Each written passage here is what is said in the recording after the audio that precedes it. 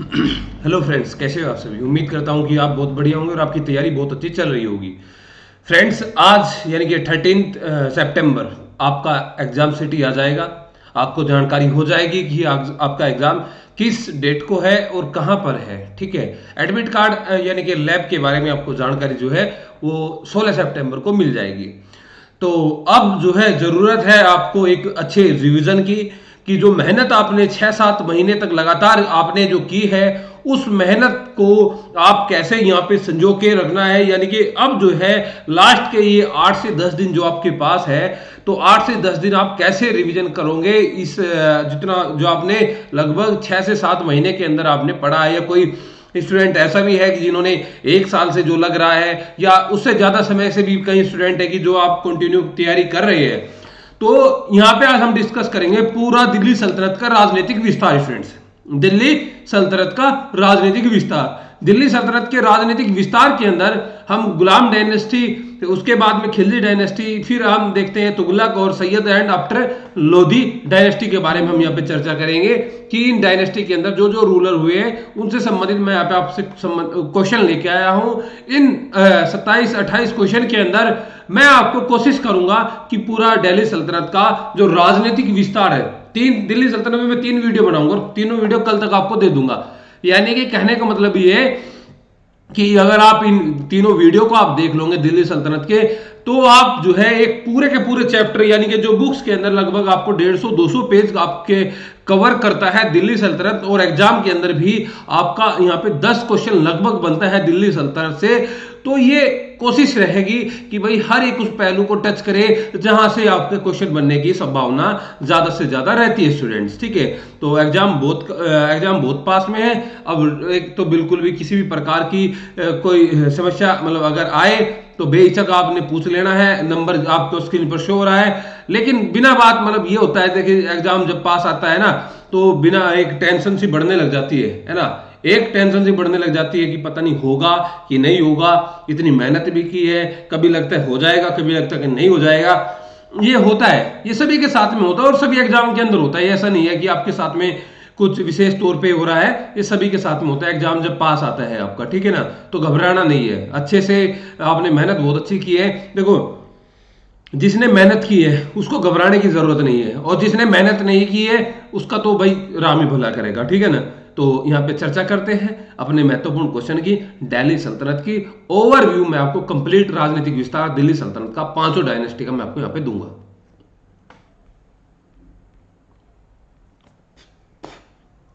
देखिए भाई, यहां पे आज का फर्स्ट क्वेश्चन है आपका भाई कि मध्यकालीन भारत में तुर्कों की विजय से संबंधित निम्नलिखित कथनों पर विचार करिए। यानी कि मध्यकालीन भारत में तुर्कों की विजय से, एक बात तो आप जानते हैं ना कि भारत में जो विजय जो अभियान जो चलाया था वो तुर्कों के द्वारा चलाया गया था। यानी कि आप देखते हैं कि महमूद गजनवी क्या था, तुर्क था। मोहम्मद गोरी क्या था, तुर्क था। गुलाम डायनेस्टी के शासक क्या थे, तुर्क थे। खिलजी के बारे में अलग अलग विद्वानों के अलग अलग मत है कि बोलते हैं कि कोई तुर्की थे, कोई बोलते हैं गैर तुर्की थे, लेकिन तुगलक डायनेस्टी के शासक भी कोरोना तुर्क थे। यानी कि अंतिम अगर आपसे शासक पूछा जाए कि अंतिम तुर्की शासक कौन था, तो अंतिम तुर्की शासक था तुगलक डायनेस्टी का नसरुद्दीन महमूद। ठीक है, तो तुर्कों की विजय देखो, ये बोलते हैं कि भारत में जो मतलब जो विश्व के अंदर, संसार के अंदर जो मुसलमान हैं, मुसलमानों में भी कई सारी जातियां हैं। उनमें ये जो तुर्क है ये अपने आप को श्रेष्ठ मानते थे। जैसे कि आपको मैंने बताया कि आपको बताऊंगा कि बलबन अपने आप को अफरासियाब का वंशज मानता है और अपने आप को श्रेष्ठ मानता था। ठीक है, तो यहां पे देखिए कि भारत में सैन्य प्रतिभा और युद्ध कौशल का अत्यधिक अभाव, पहला स्टेटमेंट आपका गलत है। भाई, जिस समय में भारत में तुर्कों की विजय हुई यहाँ पे, या आप बात करेंगे पहले मोहम्मद बिन कासिम की बात करेंगे 712 में, या महमूद गजनवी की बात करेंगे आप 1000 से 1027 ईस्वी के बीच में, या फिर मोहम्मद गोरी की बात करेंगे, तो मोहम्मद गोरी जिस समय भारत आया, महमूद गजनवी जिस समय भारत आया, क्या उस समय में सैन्य प्रतिभा की, युद्ध कौशल की कमी थी? नहीं, सैन्य प्रतिभा युद्ध कौशल की कमी नहीं थी। उस समय राजपुताना के अंदर बहुत ही योग्य शासक हुआ करते थे, लेकिन राजनीतिक एकता नहीं थी। नहीं थी, राजनीतिक एकता नहीं थी, भाईचारा नहीं था, आपस में मिलजुल कर संगठित होकर नहीं कार्य कर रहे थे। अलग अलग टुकड़ों के अंदर ये बटे हुए थे। तो टुकड़ों के अंदर देखो आप कि महमूद गजनवी भारत के अंदर कितनी बार आक्रमण करता है, अलग अलग क्षेत्रों को जीतता है, कभी कन्नौज को जीतता है, कभी मथुरा को जीतता है, कभी वृंदावन को जीतता है, कभी थानेश्वर को जीतता है, कभी मुल्तान को जीतता है, कभी सिंध को जीतता है, कभी अलग अलग क्षेत्रों को जीतता है, कभी गुजरात पे अभियान करता है, सोमनाथ मंदिर की लूट, है ना। तो यहाँ पे देखता है कि भाई सैन्य प्रतिभा और युद्ध कौशल का अभाव नहीं था, लेकिन आपस में संगठित नहीं थे, ये बात इंपॉर्टेंट है। दूसरा है कि इस्लाम में भाईचारा और एकता की प्रबल की भावना। इस्लाम में भाईचारा और एकता की प्रबल की भावना। आप एक बात बताइए मेरे से, जो हजरत मोहम्मद साहब आप देखते हैं कि हजरत मोहम्मद साहब ने ही इस्लाम के प्रवर्तक के रूप में इनको जाना जाता है। हजरत मोहम्मद साहब को इस्लाम के प्रवर्तक के रूप में जाना जाता है। इन्होंने ही शुरुआत की थी मक्का मदीना यानी कि अरब क्षेत्र से। शुरुआती समय में तो इस्लाम का जो उत्कर्ष हुआ था वो अरब क्षेत्र में यानी कि मक्का मदीना के क्षेत्र में हुआ था। उसके बाद में क्या हुआ, उसके बाद में इस्लाम को बढ़ाया गया दूसरी कंट्री के अंदर भी, और उस साम्राज्य विचारधारा के तहत ही भारत के अंदर भी अभियान किया गया। तो इस्लाम में भाईचारा एकता की प्रबल भावना थी, ये चीज भी इंपॉर्टेंट है यहाँ पे। और तुर्कों के पास में घुड़सवार सेना का होना, ये चीज भी है। देखो आप जानते हैं कि अरब कंट्री में आप देखते हैं कि अर्थव्यवस्था का मुख्य साधन था वो ऊंट, अर्थव्यवस्था का मुख्य साधन होता था। घुड़सवार इनके पास, इन घुड़सवार सेना इनके पास होती थी, है ना।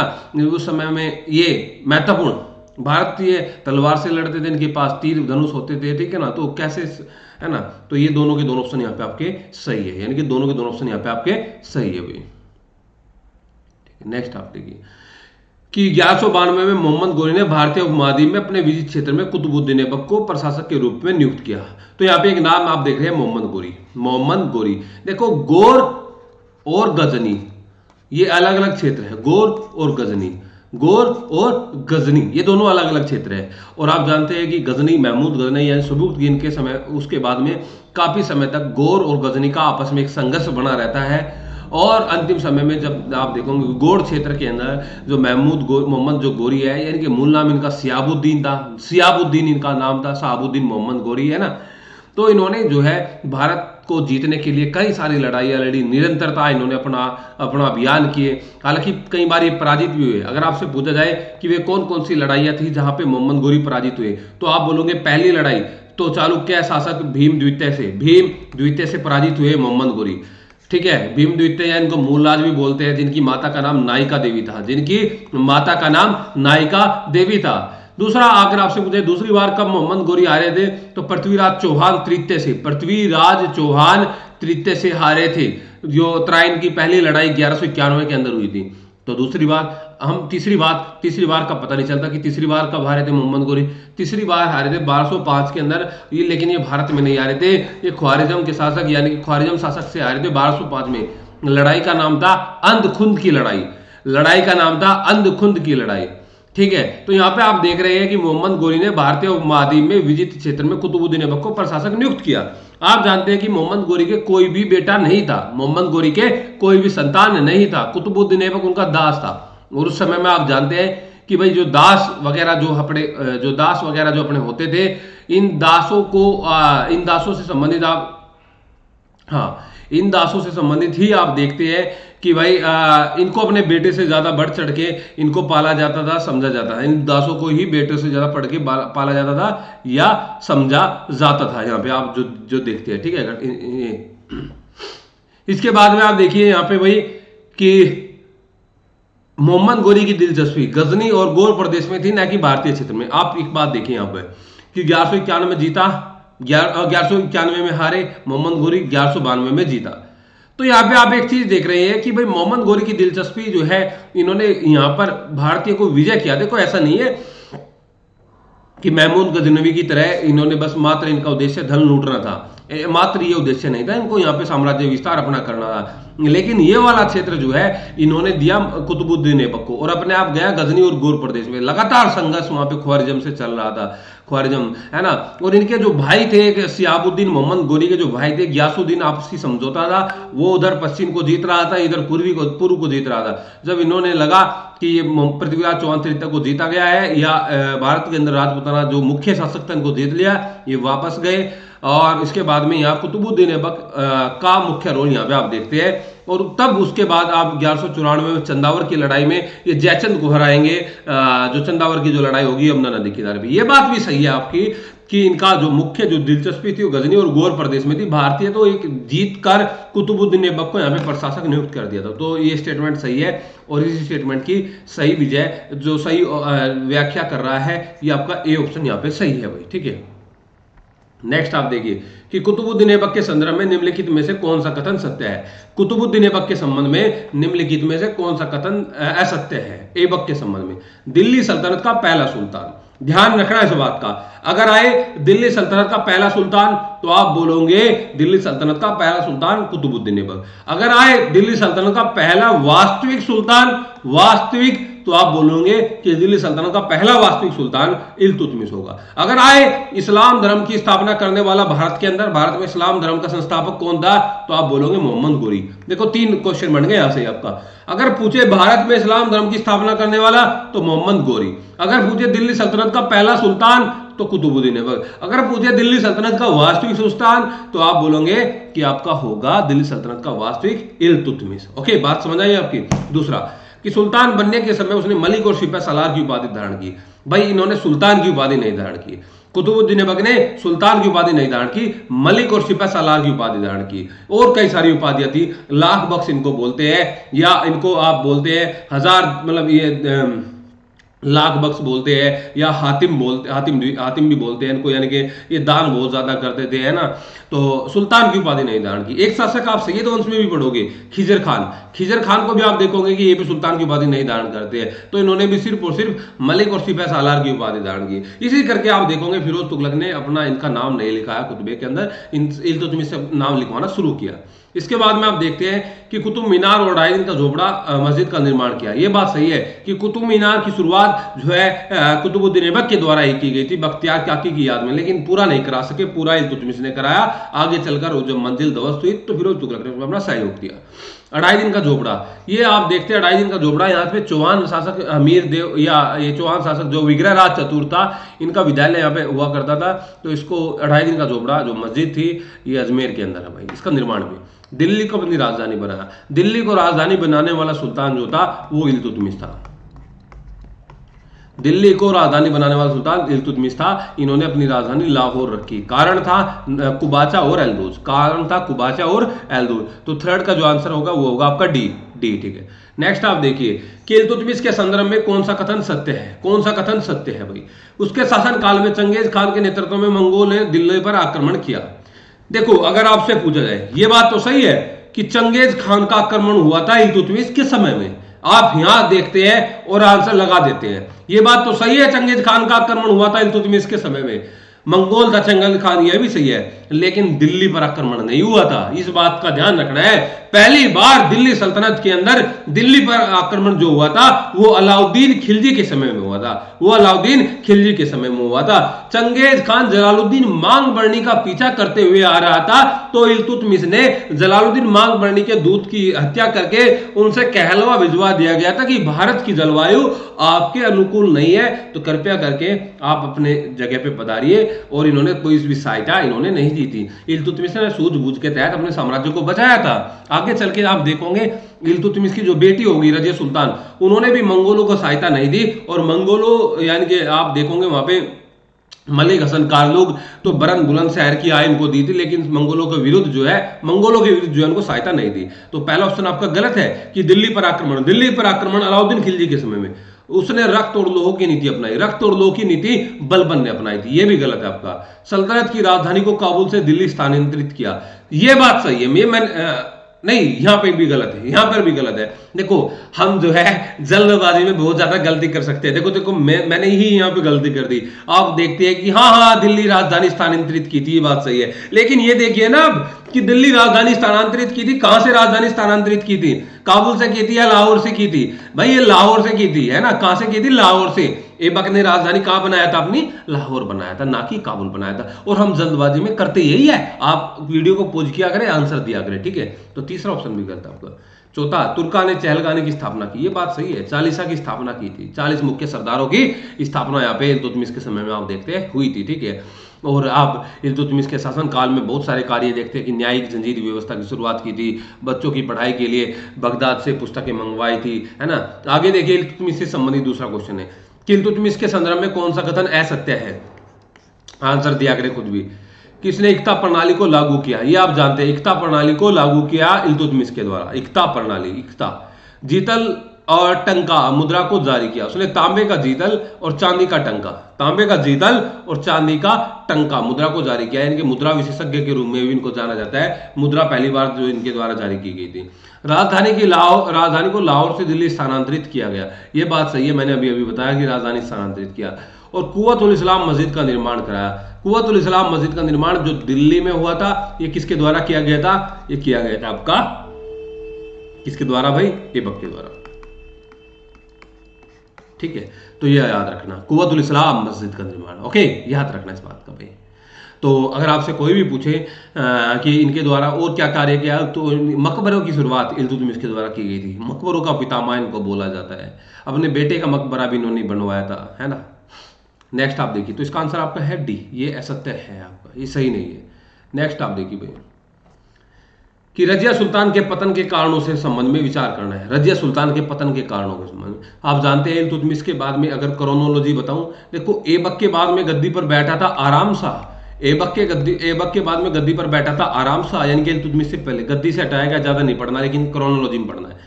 इल्तुतमिश के बाद में गद्दी पर बैठा था आपका रुकनुद्दीन फिरोज शाह, लेकिन ज्यादा नहीं पढ़ना है, बस क्रोनोलॉजी पढ़नी है कि माता सातुरकान की मदद से गद्दी पर बैठा था, उनका ही रोल था। लेकिन रुकनुद्दीन फिरोज के बाद में गद्दी पर बैठी रजिया सुल्तान। 1236 से 1240 तक का टाइम पीरियड है। शासिका पहली इस्लाम धर्म के अंदर पहली शासिका ये रही थी। मुस्लिम इस्लाम धर्म के अंदर, हिंदू में नहीं, हिंदी में तो कश्मीर के अंदर रानी जिद्दा, सुगंधा और कई सारी महिलाएं रही थी। तो यहाँ पे पूछा है कि कौन से कारण है जो इनके पतन से संबंधित है। तो तुर्की कुलीन वर्ग की ईर्ष्या, तुर्की कुलीन वर्ग की ईर्ष्या, है ना। आप जानते हैं कि तुर्की कुलीन वर्ग की ईर्ष्या होनी ही थी, क्योंकि ये बोलते थे कि भाई पहली बार किसी महिला को शासिका यहाँ पे बनाया गया, कोई महिला सुल्ताना यहाँ पे बनी है, तो महिला को ये कैसे शासक अपनी शासिका या अपने ऊपर ये देख सकते थे जो तुर्की सरदार थे। तो आपस में जो चहलगानी या चालीसा का जो गठन जो इल्तुतमिश के द्वारा किया गया था, उसको समाप्त करने की कोशिश, उसको आपस में षड्यंत्र उन्होंने रचाया और इनसे पतन इनको समाप्त करने की कोशिश की। तो पहला ऑप्शन सही है उसका तानाशाही चरित्र। तानाशाही चरित्र नहीं था, उन्होंने जनता से गुहार लगाई थी। जनता की मदद से रजिया सुल्तान जो है गद्दी पर बैठी थी। दिल्ली की जनता से गुहार लगाई थी जब रुकनुद्दीन फिरोज शाह दिल्ली से बाहर गया हुआ था, ठीक है। उसका स्त्री होना, ये बात भी सही है, उसका पतन से संबंधित है। इसामी ने उसने मिनाज सिराज ने बोला है कि रजिया सुल्तान में बहुत सारे अच्छे अच्छे गुण हैं, बहुत सारे प्रशंसनीय गुण हैं, उनके बारे में बताया गया है मिनाज सिराज ने। लेकिन बाद में बोलता है वे गुण किस काम के, क्योंकि वो रजिया सुल्तान एक स्त्री है, रजिया सुल्तान एक स्त्री है, उन्होंने बोला है। इसामी ने बोला है कि स्त्री को तो सिर्फ चरखा वगैरह चलाना चाहिए। तो ये ऑप्शन भी आपके यहाँ पे सही है। मंगोल आक्रमण, तो मंगोल आक्रमण पतन का कोई कारण नहीं है। मलिक हसन कारलू को सहायता देने से मना कर दिया था, तो अपने आप को मंगोलों से बचा लिया था, ठीक है। तो फर्स्ट एंड थर्ड ही यहाँ पे आपका राइट आंसर है। नेक्स्ट आप देखिए कि निम्नलिखित कथनों के आधार पर शासक की पहचान कीजिए। शासक की पहचान करनी है कि मंगोल आक्रमण से निपटने के लिए 2 सुरक्षा पंक्तियां बनाई। पहली लाहौर में दीपालपुर से मुल्तान तक, दूसरी सुनाम, समान और बठिंडा तक, ठीक है। ईरानी मॉडल पर आधारित नौरोज त्योहार मनाना शुरू किया। स्वयं को अफरासियाब का वंशज मानता है, तो यहां तक बात आपकी समझ में आ गई होगी कि पहली बार मतलब आप देखोगे इन्होंने अपने आप को श्रेष्ठवाद का सिद्धांत दिया था, अपने आप को अफरासियाब का वंशज मानता था। ईरानी त्योहार नौरोज की शुरुआत कराई थी। ईरानी प्रथा जो है अपनी सिजदा और पोबोस की शुरुआत कराई थी, जो अभिवादन के जो तरीके होते हैं। इन्होंने जो है मंगोल से निपटने के लिए दो तरफ किलो बनवाए थे और अपने बेटे मोहम्मद खान और अपने बेटे बुगरा खान की नियुक्ति वहां पे की थी। और आप जानते हैं इनके योग्य बेटे की मृत्यु हुई थी, बुगरा खान की, उनके योग्य बेटे की मृत्यु हुई थी जो मोहम्मद खान की, बुगरा खान की मोहम्मद खान की, ठीक है। और अगर आपसे पूछा जाए कि भाई वह कौन सा सुल्तान था जिसने अपना साम्राज्य को न घटाया था न बढ़ाया था, साम्राज्य को सुव्यवस्थित किया था, तो वो शासक भी बलबन होगा। बलबन ने अपने दरबार में ड्रेस कोड को लागू किया था। बलबन ने आम लोगों से मिलना बंद कर दिया था। बलबन ने कई सारे विद्रोह को दबाया। दिल्ली के आसपास जो मेवातियों का जो विद्रोह हुआ उनको दबाया। बलबन ने लाल महल का निर्माण कराया दिल्ली के अंदर, लाल भवन का, जिसमें बाद में अलाउद्दीन खिलजी और मोहम्मद बिन तुगलक का राज्यभिषेक हुआ। ठीक है, तो सारा कुछ तो संभव नहीं है, लेकिन कोशिश करेंगे भाई ज्यादा से ज्यादा आपको बताने की। नेक्स्ट, कि बलबन के संदर्भ में निम्नलिखित में से कौन सा कथन सही है? कि उसने सिजदा फोबोस को लागू किया, ये बात सही है। तुर्कान ने चहलगानी व्यवस्था को मजबूत किया, समाप्त किया। तुर्कान चहलगानी, अगर कोई व्यक्ति उस समय तक बचा हुआ था या नहीं, तो लगभग बहुत सारे व्यक्तियों की मृत्यु उस समय तक हो चुकी थी जो चालीसा के सदस्य थे। आप जानते हैं कि भाई रजिया के समय में, आप जानते हैं कि बहराम शाह के समय में, आप जानते हैं कि मसूद शाह के समय में, और मसूद शाह के बाद में नसरुद्दीन महमूद के समय में, ये कठपुतली शासक थे। इनको बलि का बकरा बनाया गया। इनमें जो मुख्य जो रोल देखते हैं आप इन्हीं चालीसा का देखते हैं, लेकिन बलबन ने इन चालीसा की समाप्ति की, क्योंकि बलबन भी एक चालीसा का सदस्य था। इनको पता था कि यही आपस में षड्यंत्र कराते हैं, तो सिर्फ और सिर्फ ये यहाँ पे ऑप्शन आपका सही है भाई। नेक्स्ट, कि सुल्तान अपनी प्रजा से मुक्त हो गया और प्रजा अपने सुल्तान से मुक्त हो गई। सुल्तान अपनी प्रजा से मुक्त हो गया और प्रजा अपनी सुल्तान से मुक्त हो गई। तो ये स्टेटमेंट बदायूं ने किसकी मृत्यु पर टिप्पणी दी है? ये सुल्तान था आपका मोहम्मद बिन तुगलक। ये मोहम्मद बिन तुगलक, देखो मोहम्मद बिन तुगलक तीक्ष्ण बुद्धि, विलक्षण प्रतिभा का शासक था, लेकिन प्रयोग जो मोहम्मद बिन तुगलक के द्वारा किए गए, चाहे दोआब के अंदर कर वृद्धि हो, चाहे आपका राजधानी परिवर्तन हो, चाहे सांकेतिक मुद्रा का प्रचलन हो, चाहे खुरासान अभियान हो, चाहे कराचल अभियान हो, लेकिन ये अभियान जो है आपके, ये अभियान जो प्रयोग किए, इनके लिए उचित समय नहीं था, अधिकारियों का पूरा सहयोग नहीं मिला, लेकिन ये योजनाएं जो है असफल हुई। तो बदायूं ने किसके बारे में बोली है कि सुल्तान अपनी प्रजा से मुक्त हो गया और प्रजा अपने सुल्तान से मुक्त हो गई? ये बात बोली है मोहम्मद बिन तुगलक के बारे में, मोहम्मद बिन तुगलक के बारे में भाई। बात समझ में आई? तो मोहम्मद बिन तुगलक के बारे में। और आप एक क्वेश्चन मेरा और बनता है आपसे कि मैं मोहम्मद बिन तुगलक से संबंध में आपको यहाँ पे 4 लेखकों के बारे में बता रहा हूँ। आपने बताना है इनमें से कौन सा लेखक मोहम्मद बिन तुगलक के समकालीन नहीं था। तो पहला लेखक जियाउद्दीन बर्नी, दूसरा लेखक इसामी, तीसरा लेखक है आपका मिनाज सिराज, और चौथा लेखक है आपका इब्न बतूता। आप बताइए इनमें से कौन सा लेखक जो है मोहम्मद बिन तुगलक के संबंध में नहीं था, मोहम्मद बिन तुगलक के समय में नहीं था, कौन सा लेखक था? तो आपने आंसर देना कमेंट में। अलाउद्दीन खिलजी के संदर्भ में आपने बताना कौन सा कथन ऐसे है कि अलाउद्दीन ने दाग और हुलिया प्रथा को अपनाया। देखो, दाग और हुलिया यानी कि दाग प्रथा किस पर? दाग प्रथा घोड़ों पर। कहीं ऐसा ना है कि ये जो सैनिक है ये अपने घोड़ों को बदल के दूसरे घोड़ों को यहाँ पे ला देते हैं सेना के अंदर, तो दाग प्रथा को इन्होंने लागू किया। तो घोड़ों को लेकर ये दाग प्रथा। हुलिया सैनिकों पर, कहीं ऐसा ना है कि नियुक्ति दूसरे सैनिक की है और काम दूसरा सैनिक कर रहा है। तो दाग और हुलिया प्रथा को अपनाने वाला पहला जो सुल्तान था अलाउद्दीन खिलजी। आगे इस नीति को जो है शेरशाह सूरी के द्वारा भी अपनाया गया। आगे जो है अपना जो है आगे चल के आप देखोगे अकबर के द्वारा भी लागू किया था। पहला स्टेटमेंट सही है, ऐसा बताना है। सांकेतिक मुद्रा का प्रयोग किया। सांकेतिक मुद्रा का प्रयोग अलाउद्दीन खिलजी ने किया, उसने मोहम्मद बिन तुगलक ने किया। तो आंसर तो आपका बी है। सांकेतिक मुद्रा का परिवर्तन जो है प्रयोग जो है ये आपका मोहम्मद बिन तुगलक ने किया। सिकंदर सानी की उपाधि धारण की, यानी कि सिकंदर के समान ये विश्व विजेता बनना चाहता था, लेकिन एक बहुत ही अच्छा दोस्त था जिसको आप जानते हैं अलाउल मुल्क के नाम से, अलाउल मुल्क के नाम से जानते हैं, जिस अलाउल मुल्क ने सलाह दी थी कि अभी जो है ये आपके लिए प्रैक्टिकल योजना नहीं होगी, व्यवहारिक योजना नहीं होगी, पहले आप भारत को विजिट करिए और भारत को विजिट करके तब आप बाद में सोचना। तो उपाधि तो धारण कर ली थी लेकिन अभियान नहीं किया था, दक्षिण भारत के अभियान किए थे, बाजार नियंत्रण लागू की थी।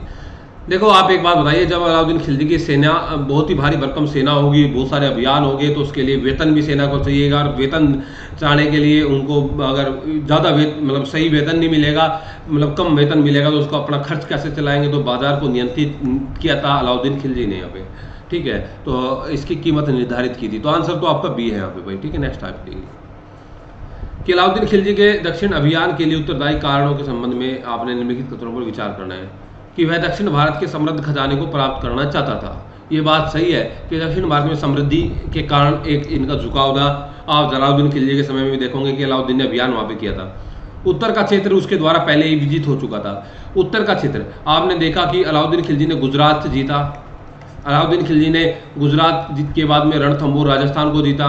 रणथंबोर के बाद में आप देखते हैं कि उन्होंने चित्तौड़ को जीता। चित्तौड़ के बाद आप देखते हैं उन्होंने मालवा जीता। मालवा के बाद देखते हैं उन्होंने सीवान जीता।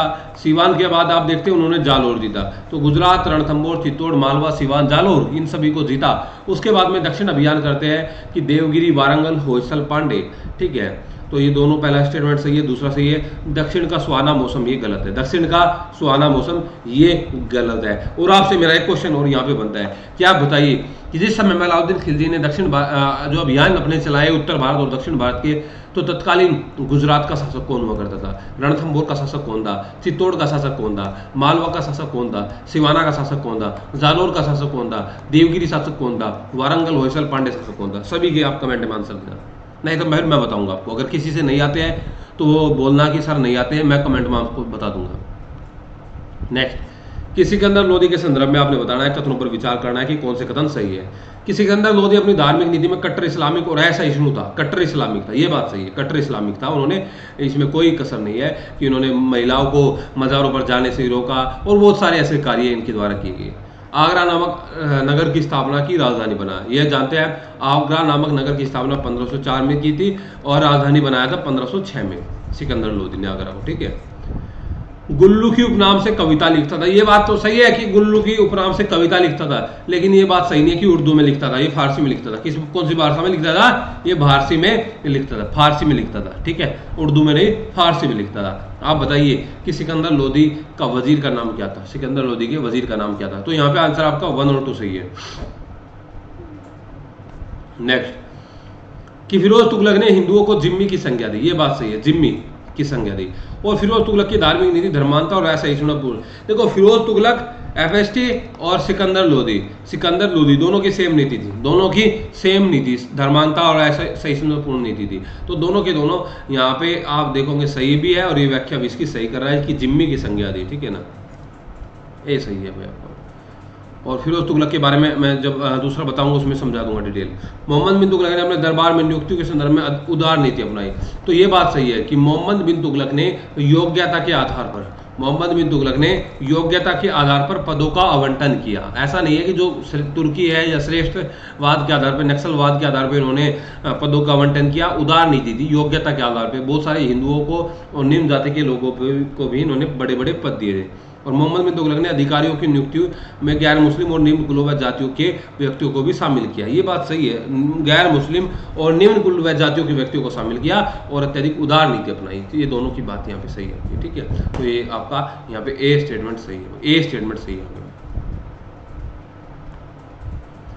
मोहम्मद बिन तुगलक के द्वारा योजनाएं लागू की गई। भाई इनको क्रम में लिखना। सबसे पहले है गंगा दोआब में राजस्व वृद्धि, गंगा दोआब में राजस्व वृद्धि। दूसरा है आपका राजधानी परिवर्तन, तीसरा है सांकेतिक मुद्रा का प्रचलन, चौथा है खुरासान अभियान। इसके बारे में मैं कंप्लीट आपको 40 मिनट में समझा सकता हूं, लेकिन भाई बात क्या है की तरह समय नहीं है। आप जानते हैं कि गंगा दोआब में राजस्व वृद्धि की थी, उसके पीछे का कारण क्या था, योजना क्यों सफल हुई थी। और अगर आपने डिटेल से पढ़ना है तो आप क्लास के अंदर भी जुड़ सकते हैं, जो रेगुलर हमारा चल भी रहा है बैच, जो आगे के लिए स्टूडेंट जो दिसंबर के लिए जो तैयार कर रहा है, तो डिटेल वहाँ पे आपको समझाई जाएगी इसके ना। तो यहाँ पे तो बात भाई इतना लंबा वीडियो नहीं बनाया जा सकता, तो एक इसमें तो इतना काफ़ी होता है। ठीक है, कि खुरासान अभियान का पीछे का क्या कारण था, क्यों 3,75,000 सैनिकों को इकट्ठा किया था, क्यों उनको अग्रिम वेतन दिया था, क्या सूझबूझ थी, कराचल अभियान क्यों किया था, राजधानी परिवर्तन के पीछे क्या कारण था, देवगिरी अभियान, जो देवगिरी राजधानी बनाई गई थी दिल्ली से, उसके पीछे क्या कारण था। तो यहाँ पे आप देखिए कि 2, 3, 1, 4 कि यहाँ पे बताना है आपने। दिल्ली के सुल्तानों में बलबन पहला सुल्तान था जिसने बगदाद के खलीफा से शासन का विशेष पत्र अधिकार प्राप्त किया था। बगदाद के खलीफा से शासन का विशेष पत्र पहला सुल्तान नहीं था, पहला सुल्तान इल्तुतमिश था 1229 में इल्तुतमिश ने। बलबन ने खलीफा की सत्ता स्वीकार की, इल्तुतमिश ने नहीं की, ये गलत। और अलाउद्दीन खिलजी ने स्वयं को यामीन उल खिलाफत और नासिर अमीरुल मोमिनीन, ये बात सही है, तीसरा ऑप्शन सही है। यानी कि आप एक देख रहे हैं कि मोहम्मद बिन तुगलक ने भी शुरू में खलीफा की सत्ता को स्वीकार नहीं किया था, बाद में स्वीकृति पत्र मंगाया था बाद में मोहम्मद में, और फिरोज तुगलक ने तो 2 बार स्वीकृति पत्र मंगाया था। ठीक है, तो नेक्स्ट आप देखिए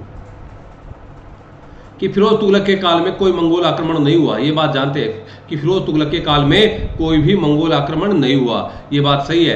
आप जानते हैं कि मोहम्मद बिन तुगलक के समय में एक आक्रमण हुआ था, वो हुआ था तरमासरीन के नेतृत्व में, तरमासरीन के नेतृत्व में। अगर आपसे पूछे कि गियासुद्दीन तुगलक के समय में क्या कोई मंगोल आक्रमण हुआ, तो आप बोलोगे हाँ हुआ था, सीर मुगल के नेतृत्व में। अगर आपसे कोई पूछे कि सर्वाधिक मंगोल आक्रमण किसके समय में हुए थे, तो आप बोलोगे अलाउद्दीन खिलजी के समय में सर्वाधिक मंगोल आक्रमण। कि फिरोज तुगलक ने उत्तर पश्चिम क्षेत्र में सुरक्षा पंथी को काफी मजबूत किया, ये बिल्कुल गलत है। सुरक्षा पंथी को उत्तर पश्चिमी क्षेत्र में बलबन ने मजबूत किया था, लेकिन इनके समय तक मंगोलों की शक्ति जो है वो निराधार हो गई थी, उनका कोई आधार नहीं था, उनकी शक्ति नहीं बची थी। तो सेकंड सही नहीं है, तो सर और फर्स्ट सही है, एक स्टेटमेंट सही है। बलबन के संदर्भ में कौन सा कथन सही है? बलबन ने सैन्य अभियान की अपेक्षा सल्तनत के संगठन पर अधिक ध्यान दिया, ये बात सही है कि अभियान नहीं किए, साम्राज्य विस्तार नहीं किया, विस्तारवादी नीति अपनाई बाद में अलाउद्दीन खिलजी ने। इन्होंने संगठन पर अधिक ध्यान दिया, इन्होंने साम्राज्य को सुदृढ़ करने पर ध्यान दिया, ये बात सही है। अधिकारियों पर प्रशासनिक नियंत्रण स्थापित करने तो ब्रीद और गुप्तचर व्यवस्था की शुरुआत की, ये बात भी सही है। एक क्वेश्चन मेरा यहाँ पे आपसे फिर बनता है कि बताइए सल्तनत काल में पूरी गुप्तचर व्यवस्था, सबसे अच्छी गुप्तचर व्यवस्था किसकी थी? तो यहाँ पे दोनों के दोनों ऑप्शन सही है। नेक्स्ट, खिलजी वंश के संदर्भ में संस्थापक अलाउद्दीन खिलजी था, गलत। संस्थापक था जलालुद्दीन खिलजी, जलालुद्दीन खिलजी जो सबसे वर्ध आयु में गद्दी पर बैठा था, इब्ने सहीफ यानी कि तलवार का बेटा है ना, ये ठीक है। अलाउद्दीन खिलजी ने धर्म की राजनीति से दूर रखा, धर्म को राजनीति से दूर रखा, ये बात सही है। इन्होंने कहा कि मैं मुसलमान हूँ, ना मैं नमाज पढ़ता हूँ, ना मैं पढ़ा लिखा हूँ, इन्होंने बोला कि फिर मैं एक मुसलमान हूँ, धर्म को राजनीति से दूर रखा, अपने आप को खलीफा उलेमाओं से दूर रखा इन्होंने। तो यहाँ पे दूसरा ऑप्शन यहाँ पे आपको सही है। नेक्स्ट, कत्रों के आधार पर शासन की पहचान करनी है। दिल्ली में सीरी किले का निर्माण कराया, उलूग खान, नुसरत खान और मलिक काफूर को उसकी सेना नायक था। इसके काल में राजस्थान का पहला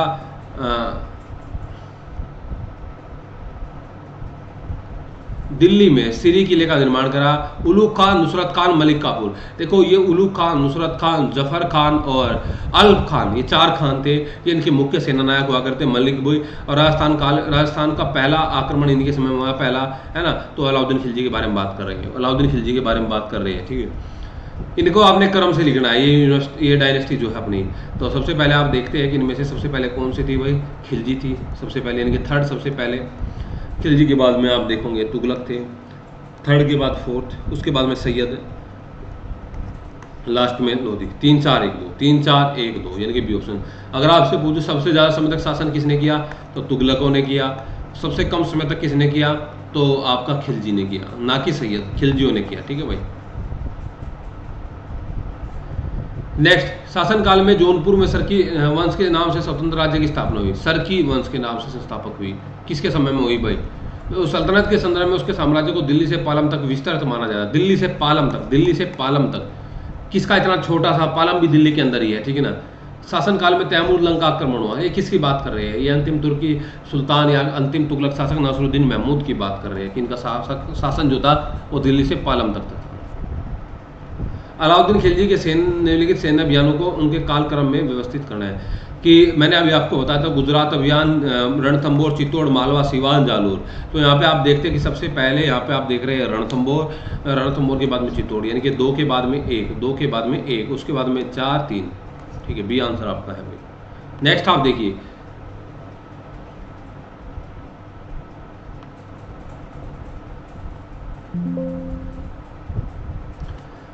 कि शासक की पहचान करनी है। ख्वाजा मोइनुद्दीन चिश्ती अजमेर की दरगाह पर जाने वाला पहला सुल्तान, जिन पर बसूरी राज शेखर जैसे विद्वान जिनके दरबार में थे। तो उत्तर पश्चिम और दक्षिण भारत की राजनीति को सांस्कृतिक रूप से एकीकृत करने का प्रयास किया। एकदम तीनों के तीनों ऑप्शन जो सेट होते हैं मोहम्मद बिन तुगलक ने। तो ये पहला सुल्तान था जिन्होंने उत्तर और दक्षिण भारत की राजनीतिक सांस्कृतिक एकीकृत करने का प्रयास किया। मोहम्मद बिन तुगलक की राजधानी परिवर्तन की योजना के पीछे मुख्य कारक कौन सा था?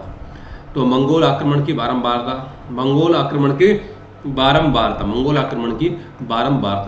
या मोहम्मद बिन तुगलक की राजधानी परिवर्तन। ये बात भी सही है कि दिल्ली, क्योंकि उत्तर पश्चिमी सीमा प्रांत से दिल्ली पर आक्रमण होना था, ये भी एक कारण है, यहाँ पे सही है ये भी। दौलताबाद का आखिर भारतीय साम्राज्य के मध्य में होना, ये भी बात सही है कि दिल्ली तो उत्तर भारत में था, ये मध्य में हो जाएगा। दिल्ली के उद्दंड निवासियों को सबक, कुछ लेखक बोलते हैं कि ये भी कारण था कि दिल्ली के उद्दंड निवासियों को सबक सिखाना चाहता था। तो तीनों के तीन ऑप्शन यहाँ पे आपके सही है। और यहाँ पे है कि बहलोल लोदी ने भारत में प्रथम अफगान राज्य की स्थापना की। पहले अफगान राज्य की स्थापना बहलोल लोदी ने, दूसरे अफगान राज्य की स्थापना जो की थी वो आपकी की थी किसने? शेरशाह ने। किसने की थी भाई? शेरशाह ने। आगरा शहर की स्थापना इब्राहिम लोदी ने नहीं की थी, सिकंदर लोदी ने की थी। किसने की थी भाई? सिकंदर लोदी ने की थी आगरा शहर की। तो पहला स्टेटमेंट सही है मात्र। कौन से कथनों पर विचार करना है, सत्य कथन की पहचान करनी है। फिरोज शाह तुगलक के शासनकाल में अशोक के टोपरा और मेरठ स्थित 2 स्तंभों को दिल्ली में स्थापित किया गया। ये बात सही है, आप जानते हैं इनके समय में अशोक के टोपरा और मेरठ। हाँ, तुगलक वंश का शासनकाल सल्तनत का सर्वाधिक लंबा शासनकाल था, ये बात सही है। और अगर इनमें शासक की पूछे किसका शासनकाल सबसे लंबा था पूरे सल्तनत में, तो वो था बहलोल लोदी। सल्तनत का सबसे छोटा शासनकाल खिलजी वंश का था, ये बात भी सही है। दिल्ली सल्तनत का शासन पूर्णतः शरीयत पर आधारित था, पूर्णतः शरीयत पर आधारित नहीं था दिल्ली सल्तनत का शासनकाल। तो भाई ये आपका आंसर सही है। तो आज के ये आपके इंपोर्टेंट 27 क्वेश्चन थे। तो आप बताइए कि ये सेशन आपको कैसा लगा। और दूसरी बात, अगर आपने नेक्स्ट दिसंबर के लिए बैच ज्वाइन करना है तो आप ज्वाइन कर सकते हैं बैच कंटिन्यू। तो मिलते हैं दोस्त नेक्स्ट वीडियो में। दिल्ली सल्तनत के प्रशासन से संबंधित हम चर्चा वहाँ पे करेंगे।